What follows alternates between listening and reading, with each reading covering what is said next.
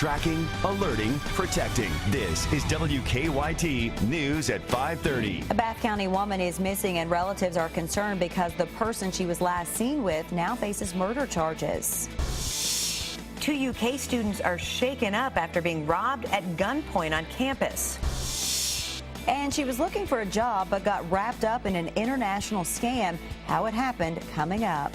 WKYT News at 5:30 starts now. Good evening. A Central Kentucky woman has been missing for just over a week. Now Kentucky State Police are investigating. Police say Norma Brown hasn't been seen since she was reported missing October 2nd. WKYT's Phil Pendleton explains why relatives are even more concerned about the man she was last seen with. That's our top story at 5:30.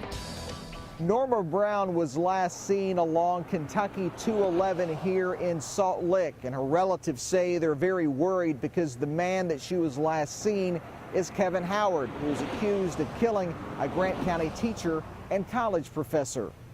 I seen her with that Kevin Howard going down the road. She didn't want her face on camera, but Norma Brown's aunt says she remembers vividly the last time she saw her niece. She looked this way and then she went like that, waved at me and went on. That Kevin Howard is now in jail, charged with killing a Grant County teacher and a college professor.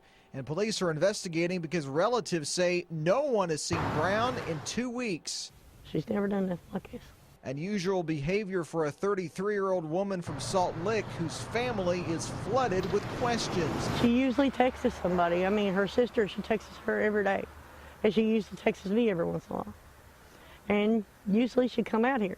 Brown is 33 years old and she's just over 5 feet tall. She has brown hair and she wears glasses. Kentucky State Police in Moorhead are heading up the investigation.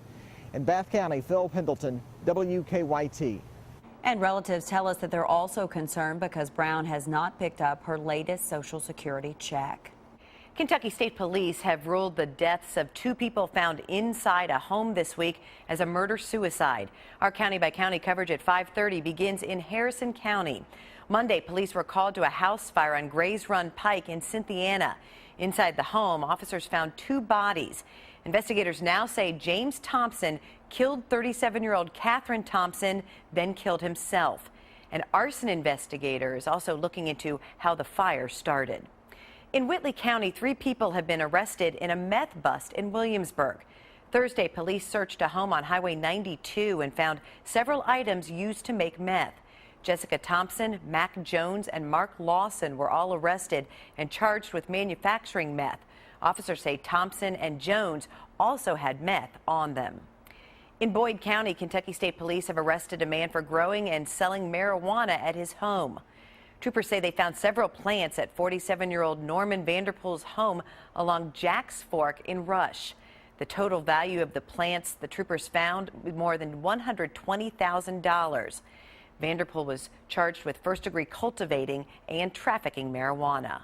We are learning more information about a robbery at the University of Kentucky last night. Campus police now tell us that the 2 victims of the crime were students. Police say 2 men armed with guns robbed 2 students of their cell phones. The robbers had been following the students. At some point after that robbery, police say a shot was fired. No one was hurt. This holdup is just one of several recent incidents that have prompted crime bulletins on campus. But despite the several scares, students say they aren't worried. I mean, I don't live too far from here, so, you know, seeing something happen kind of like right on your doorstep is a little bit concerning, but overall I think campus safety is pretty solid. And you know what, at the end of the day, these things happen.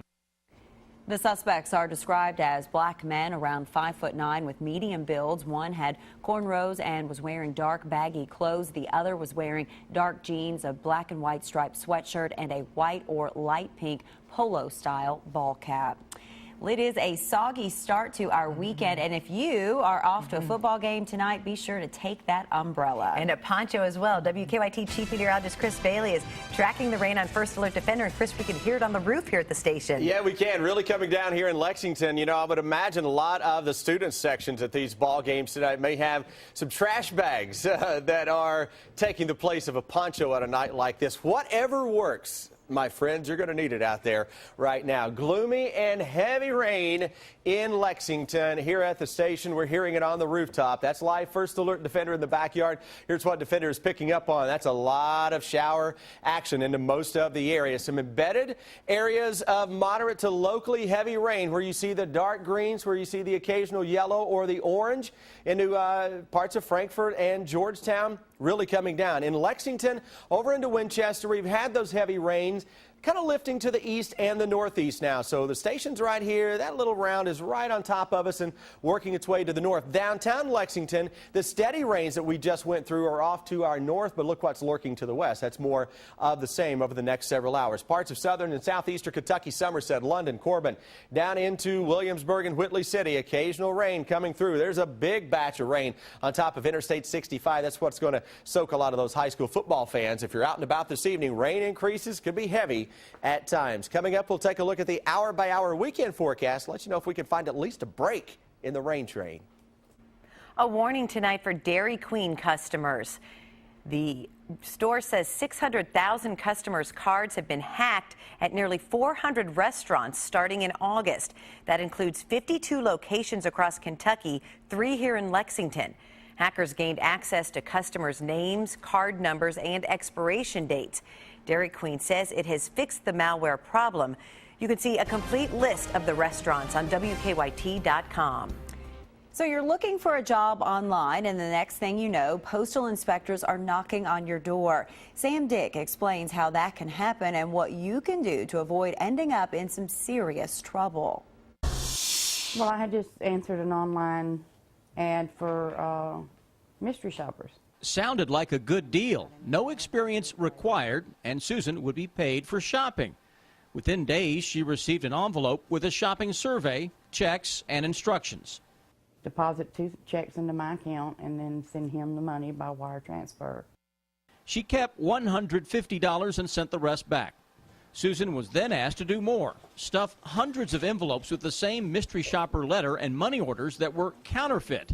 She didn't know that. He would send me a list with names on it. I would put those names on the money order. She would then send the envelope with money orders inside. Once she did, she ended up being part of a fraudulent reshipping scheme. We have so many unsuspecting individuals who are just innocently seeking employment and then find themselves involved in some sort of scam. Postal inspectors began tracking the numerous packages and realized they were all being sent overseas. I felt like a fool that I didn't catch on sooner. People would deposit these bogus money orders, send money to the con men, only to learn days later the money orders were counterfeit. Susan now realizes that she played a role in people losing money, and it's a heavy burden. I feel bad of all the people that I've been part of to scam, and I feel responsible for all of that. A warning from postal inspectors: closely scrutinize online job offers. Think it through, because why would someone send you something to be sent to an address outside of the country? Susan says inspectors took her computer emails and files she kept about the job and hopes it will help shut the scam down. Hopefully what I gave them will help catch the guy, and I hope it does. I really do. That was our Sam Dick reporting. Postal inspectors warn all consumers to be wary about job opportunities found on the internet. They say do your research, find out more about the company, and check with the Better Business Bureau to see if there have been any complaints. The new Urban Outfitters store is set to open in downtown Lexington next Thursday. It's in the space that used to be Deshays along Main Street across from Triangle Park. WKYT's Rebecca Smith has a look at how that area is booming. It's a story that's new at 5:30. The hope is that with the inclusion of stores like Urban Outfitters, downtown Lexington will become a more bustling, hip area to hang out in 7 days a week.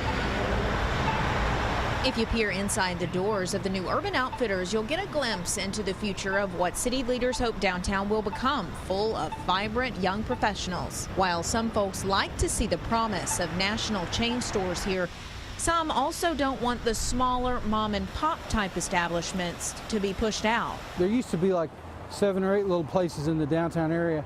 I'd like to see it get back to that. I think it's great that we're getting a lot of new shops downtown, hoping that the downtown area will get revitalized. Urban Outfitters is set to open up Thursday of next week, with some of the other restaurants opening up this fall and January of next year. Reporting in downtown Lexington, Rebecca Smith, WKYT. As far as the downtown development project known as Centerpoint, developer Dudley Webb tells WKYT it's on track. He says the first building should be open by this time next year. There is no threat of Ebola in Kentucky right now, but next on WKYT News at 5:30, we'll show you how Louisville Hospital is preparing to treat potential patients. Lexington cleanup crews are gearing up to prevent flooding. We'll show you how they're keeping the streets clear of water coming up at 6. U.S. Senate candidate Allison Lonergan Grimes is getting help from another Clinton, this time from Hillary Rodham Clinton.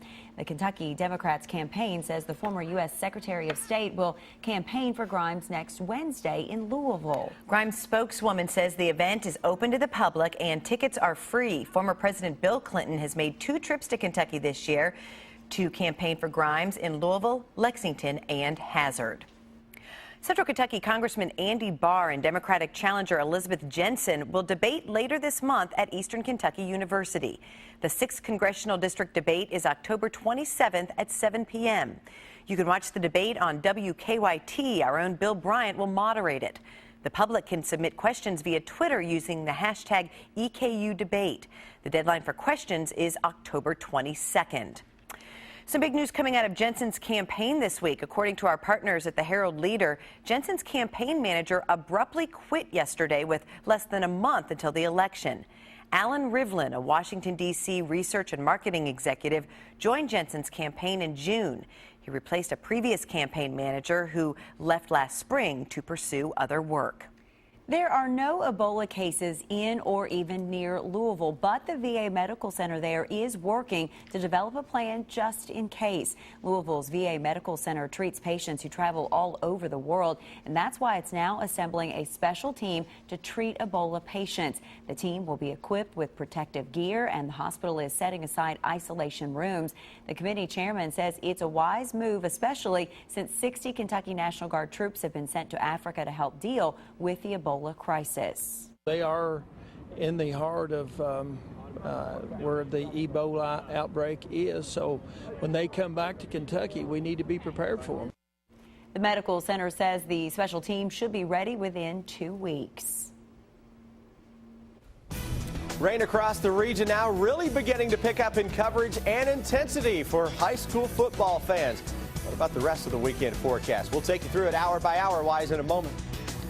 A Rowan County man murdered is being remembered tonight. Coming up on WKYT News at 6, we will hear from friends of Lloyd Souders on how they're keeping his memory alive.